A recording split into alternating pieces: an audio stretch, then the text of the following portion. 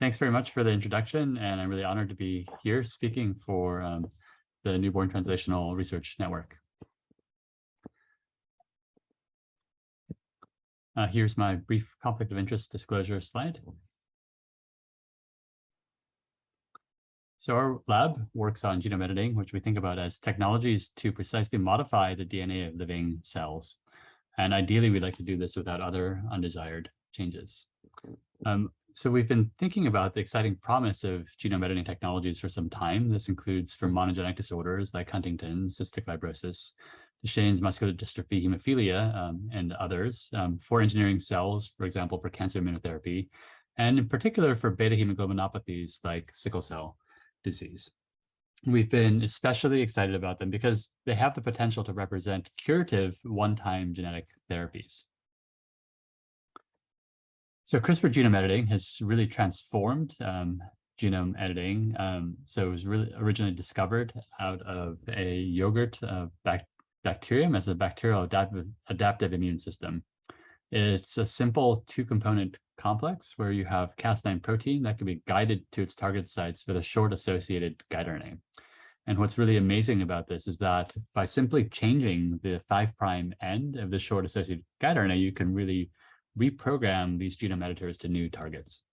And so for development of this method for genome editing, Emmanuel Charpentier and Jennifer Doudna recently won the Nobel Prize in Chemistry in 2020. And so it's been a really exciting time for the field over the past many years. So genome editing really started, I think, like around 1994, 1995, with the advent of meganucleases. There's a number of different classes of engineered genome editors that include meganucleases, zinc finger nucleases, talons, and CRISPR-Cas nucleases that I just mentioned. And so this really represents now a pretty inspiring era of promising genomic medicines. I'm showing you here on the left a photo of Victoria Gray, who was one of the first patients dosed on an ex vivo genome editing trial for treatments of sickle cell disease. And so I'll tell you about this and some other ones that we're working on at St. Jude here today. Other companies are working on conditions like reducing the risk of cardiovascular disease, being worked on by Verve Therapeutics. As I mentioned, we're working on sickle cell disease here at St. Jude Children's Hospital. Sangamo and Tele other companies are working on engineering cells to be resistant to HIV, for in vivo genome editing for conditions like transthyretin amyloidosis, and others. And so it's really been a pretty remarkable and amazing time with the development of a number of different novel gene therapies and genome editing medicines. So as many of you know, sickle cell disease is a genetic condition due to a point mutation in the HBB gene that encodes the beta subunit of adult hemoglobin. And so this is a disease that's now most commonly discovered during newborn screening. So one in, I think, around 365 African-American births, babies have sickle cell disease, and I think the average prevalence is around 15 in 1,000, every 1,000 births. So sickle cell disease is associated with severe pain crises, chronic anemia, progressive multi-organ failure, and early mortality for patients that have the disease, on average around 45 years of age. There are drugs such as 4-hydroxyurea to treat sickle cell disease, typically by induction of fetal hemoglobin, but these drugs are not curative.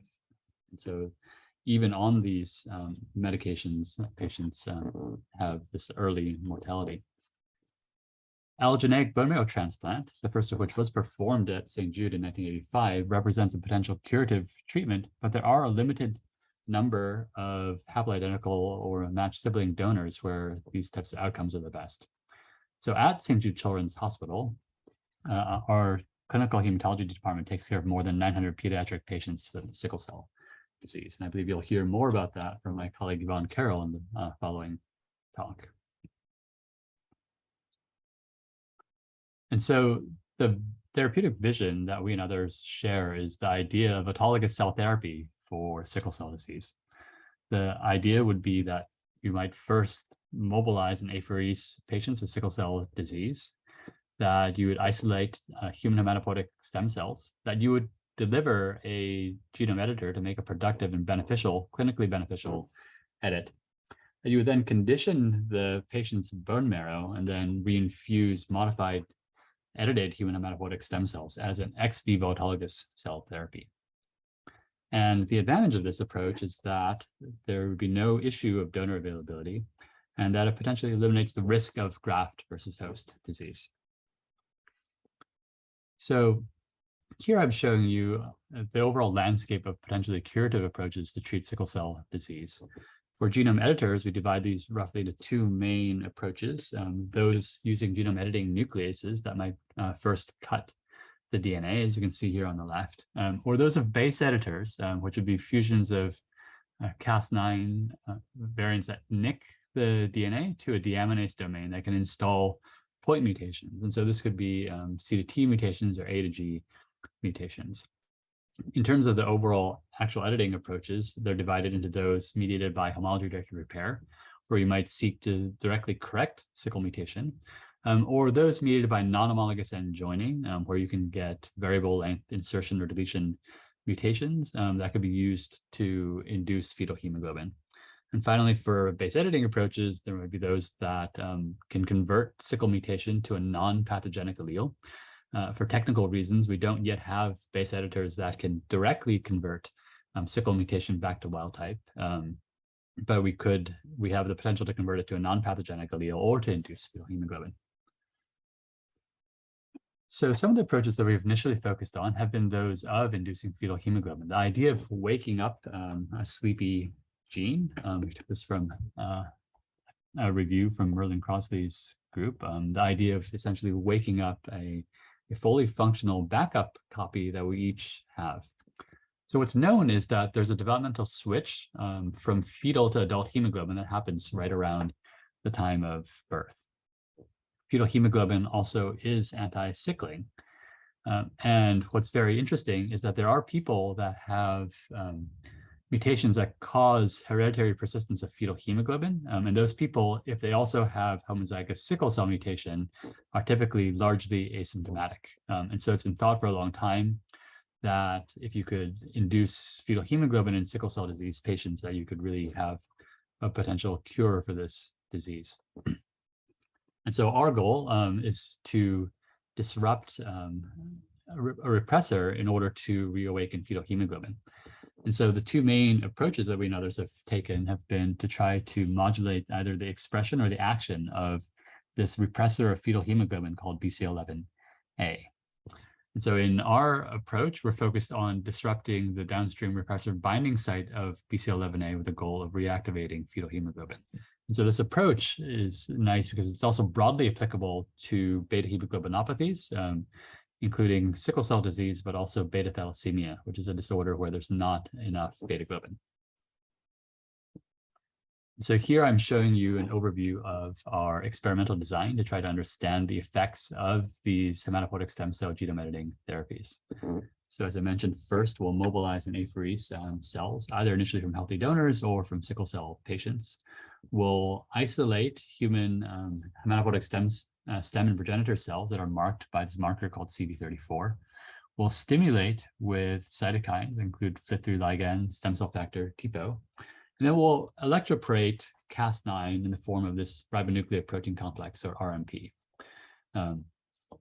So then after delivering Cas9 RMP to edit these cells, then we'll transplant the edited cells into these NBSGW immune deficient mice. And the reason that we're doing that is that the bona fide stem cells that are part of this human CD34 cell population is around 1 in 10,000 or so. And so you really need to transplant the cells into this immune deficient mouse to understand which of these cells can repopulate the bone marrow and to understand whether you're really editing bona fide repopulating hematopoietic stem cells. Okay. So after transplant, we'll analyze genome editing outcomes 17 weeks later. And so the targets that we're initially looking at are in the proximal promoter of gamma globin, or HBG1 or HBG2, which are components of fetal hemoglobin. And so you can see we focused on two different targets. This ZBTB7A binding site, or BCL11A binding site in this proximal promoter. These are in this region, it's called -198 or -115 positions.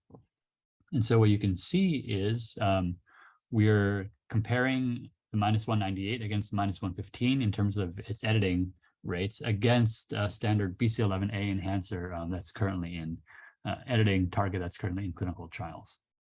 And so what you can see is that we're able to achieve pretty high levels of editing across all three of these targets, around 85% or more. After transplanting them into immune deficient mice, we look at resulting levels of fetal hemoglobin expression in the erythroid progeny of these edited human hematopoietic stem cells.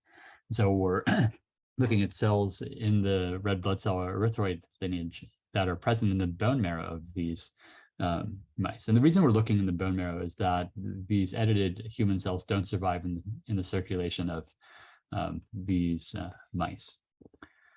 The resulting fetal hemoglobin induction, or HbF, percentages that we see around 30% editing at this -115 site, which we find to be encouraging because we think this exceeds a level that we think would be therapeutically effective, which would be like around 20%. You can see that -115 is performed significantly better than -198 in terms of fetal hemoglobin induction, and it's comparable to this BCL11A editing. And so we focus on this -115 target for downstream efforts. This work is led by a talented scientist in my lab, Rune Kata. You can see here on the right. To obtain human HSCs from sickle cell patients, we performed a phase 1 plexor mobilization trial led by John Tisdale at the NHLBI, with Akshay Sharma here being our local site PI. And this is in collaboration with my department chair, Mitch Weiss. We had 15 participants in this NIH clinical trial, and the main goal was to understand whether we could safely mobilize human hematopoietic stem cells from sickle cell disease patients. The typical method of mobilizing human HSCs uses GCSF, or granulate stimulating factor, and this is something that's contraindicated in sickle cell patients. And so after this clinical trial, we found that we were able to mobilize a good sufficient numbers of human hematopoietic stem cells from sickle patients, and that there were no long-term severe adverse effects. And so using those cells, we were able to test our editing strategy now in human hematopoietic stem cells obtained from patients with sickle cell disease. And so you can see, again, we're targeting this BCL11A repressive binding site in the proximal promoter of the gamma globin gene, or these HBG1, HBG2 genes. You can see on the left, we're editing 1 normal donor as well as 3 donors, hematopoietic stem cells from donors with sickle cell disease. We're able to achieve relatively high levels of editing in the input, but more importantly, we're able to maintain stable editing in edited HSCs that have been transplanted into these immune deficient mice, as I mentioned before. The levels of fetal hemoglobin induction we were able to achieve, especially in these sickle donors, is around 30%, which again is encouraging to us because we think that that's enough to be therapeutically effective. We also quantify the amounts of sickling of the erythroid progeny of these cells after editing, and we see approximately a 2 to 4-fold significant reduction in sickling. I'll note that for this third donor, you can see that sickling is lower to begin with. That's because this sickle cell donor is an HBSC genotype, which is expected to have milder sickling. We wanted to understand whether we're able to broadly induce fetal hemoglobin, and so we looked at this by a number of different methods, including flow cytometry and single cell Western blotting. And so by flow cytometry, here I'm showing you F expressing cells on the x-axis. And so you can see between control and Cas9 3XNLS, or edited cells on the right, we can see around 70 to 80% induction of fetal hemoglobin on average across these 3 donors with sickle cell disease. We also try to understand this by single cell Western blotting. And here on the right, you can see I'm showing you alpha versus gamma expression. And so you can see that cells that would have fetal hemoglobin induced would be in this upper right-hand quadrant. And so we're able to see around 50 to 60% induction of fetal hemoglobin by this measure. I'll note that because these resulting red blood cells don't survive in the circulation of the mice, there's no particular selective advantage, which you would expect for red blood cells that express fetal hemoglobin in circulation in, for example, a first-in-human clinical trial. And so we believe that these numbers represent kind of a conservative estimate of the minimum amount of F-expressing cells that you might expect to see. Finally, we wanted to know whether or not there were effects on engraftment or differentiation of these cells into different lineages. And so here we're looking at a marker human CD45 by flow cytometry, or the number of percentages of cells from the bone marrows of mice. And we find pretty good engraftment with no effect of editing, and similarly no apparent impairment of differentiation into different lineages, such as T cells, B cells, myeloid cells, or erythroid cells. Finally, we are also beginning to explore other different approaches to induction to treatments for sickle cell disease, as I mentioned to you in the beginning. And so here is a collaboration with a group of led by Mitch Weiss and David Liu, as well as Jonathan Yen and Greg Newby from their labs. So you can see here the idea is that we would convert sickle mutation to a non-pathogenic allele of hemoglobin called hemoglobin macassar. Using this editing strategy, we're able to edit and obtain around 80% of cells with more than one edited allele, as you can see here on the left. On the right, after editing, that results in about 60% or so of hemoglobin macassar. And what's interesting is that we also see functional reductions in sickling of around 5-fold. And so this is another fairly promising therapeutic strategy for the treatment of sickle cell disease by precisely editing the sickle mutation to convert it to a non-disease causing allele. One question we also think about a lot in the lab is the idea of understanding the benefits and risks of these types of therapies. And so we think it's really important to learn the lessons of early gene therapies. For a condition called severe combined immunodeficiency, or a so-called bubble boy disease, treatments with gamma retroviral vectors resulted in T-cell leukemia in 5 of 20 patients a number of years ago. And so there have been historical concerns about the development of cancer or leukemia in gene therapy patients. And this has been echoed recently by also lentiviral vector trials in human hematopoietic stem cells. The concern is that there are hundreds of millions to billions of cells that could be modified by these types of therapeutic genome editing approaches. And so even low frequency unintended mutations could have some impact on safety. And so it's really important to understand the safety and unintended off-target activity of these editors. So that's what really motivated us to develop sensitive and unbiased genome scale approaches to really answer the fundamental question of what's changed with genome editing. And so this is a question that I've thought about for some time since I was a postdoc at Mass General Hospital to when I started my lab around 6 years ago here at St. Jude. We think that this idea of understanding the effects of genome editors is very similar to, for example, someone looking for their keys. And so if you've ever looked for your keys in the dark, you'll, I think, know that it's very natural to look, for example, where the light is better. But this is also an example of the types of observational bias that affect us as scientists when we're trying to understand the activity of editors. And so in the very beginning, I think many of us try to understand this activity by simply predicting these sites based on computational algorithms. But I think the limitation of taking this kind of simpler approach is that you're never going to find effects outside of your initial assumptions. And so we think that it's really important to look beyond your preconceived assumptions and understanding the global activities of these editors, which is what really motivated the development of these sensitive and unbiased genome scale approaches.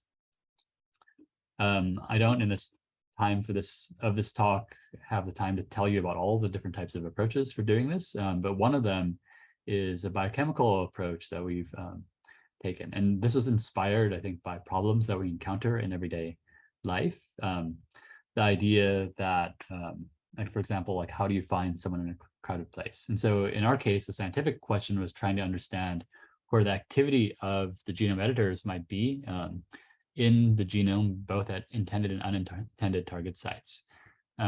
For a biochemical question, this would be like having a large pool of genomic DNA and trying to understand where this editor is making a new DNA double-stranded break within a large sea of genomic DNA molecules. And so it could be very much like trying to find a speck of sand on the beach or something like that. It's a challenging problem. But I think, as I mentioned, this is similar to problems that we encounter in everyday life, such as, for example, trying to find someone in a really crowded place.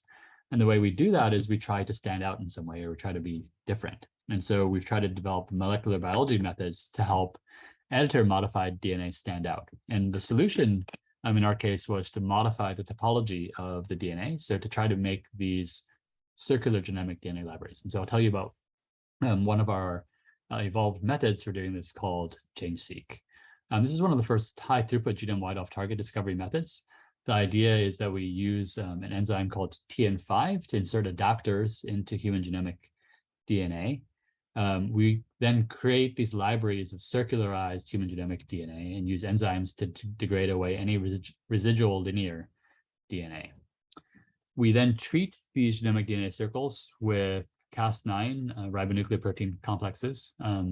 Cas9 can cut these DNA circles at intended on and off target sites, and only those molecules that have been cut and have now become linearized will have ends that are available for adapter ligation and sequencing.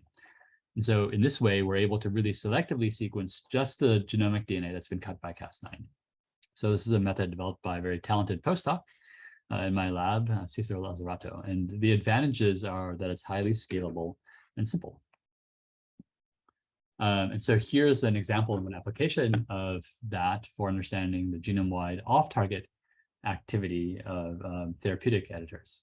And so this is, again, targeted towards that gamma globin promoter site that I've been showing you a bunch of data on with Cas9 nuclease. What you can see here is a Manhattan plot where it's organized by chromosomal location. And on the y-axis, you have the change-seq biochemical activity of the editor. You can see the intended target site here, as well as a number of unintended off-target sites across the genome. We then aggregated all of these different sites, and we made a list of those nominated by change-seq, as well as some by in silico prediction.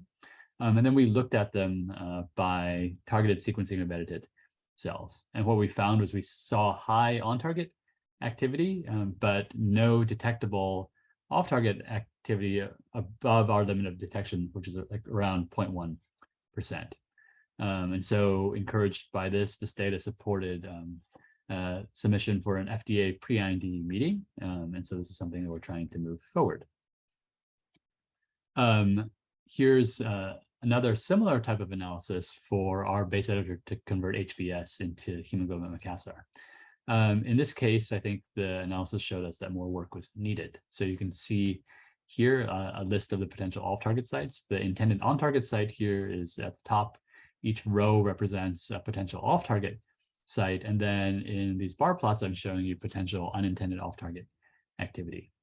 What we found was that there's a number of sites, I think 54 in this first analysis, where we did find high-frequency off-target activity. And so it shows us that additional work is needed to improve the precision or specificity of this particular therapeutic candidate. And so that's some of the work that's underway. I don't have time to show you additional details here, but we also have work on additional base editing strategies for induction of fetal hemoglobin. And so our initial goals here at St. Jude are to open a clinical trial in 2023 using that first highly specific approach to induce fetal hemoglobin with Cas9 nuclease, and then to continue to advance other strategies involving base editors. We're currently completing other IND-enabling characterizations with a phase 1/2 clinical trial that we call SAGES-1 that we're planning for 2023. This would represent a single infusion of an autologous peripheral blood derived CD34 stem cell product edited at the HBG 1 and 2 promoters. And the goals after that would be to, of course, continue to follow the long-term safety, efficacy, and genotoxicity of these approaches. With that, I've shown you some preclinical data that's supportive of advancement of this gamma globin promoter editing to a clinical trial at St. Jude that we call SAGES 1. We showed evidence that to support that the approach would be effective, as well as highly specific in the genome. And as I mentioned, future directions include precise base editing approaches to treat sickle cell disease. Finally, to kind of bring this full circle towards newborn screening research, I think that sickle cell disease is one of the first molecular diseases. And so now, of course, we have all these strategies to screen newborns or even before birth for the potential to inherit sickle cell disease. But we haven't really had the opportunities to have really curative approaches for this condition. So we know high prevalence and its impact. And so I think what's really exciting about all of the genome editing strategies that we and others are developing and envisioning is that now there really represents the potential that in the future we could have one-time curative treatments for this disease. And with that, I'd like to thank you for your time and attention. The members of my lab, our colleagues at St. Jude, including Mitch Weiss, Yvonne Carroll, and others that are working on these projects. My contact information is below. We're always glad to chat or collaborate on things. And again, thank you very much.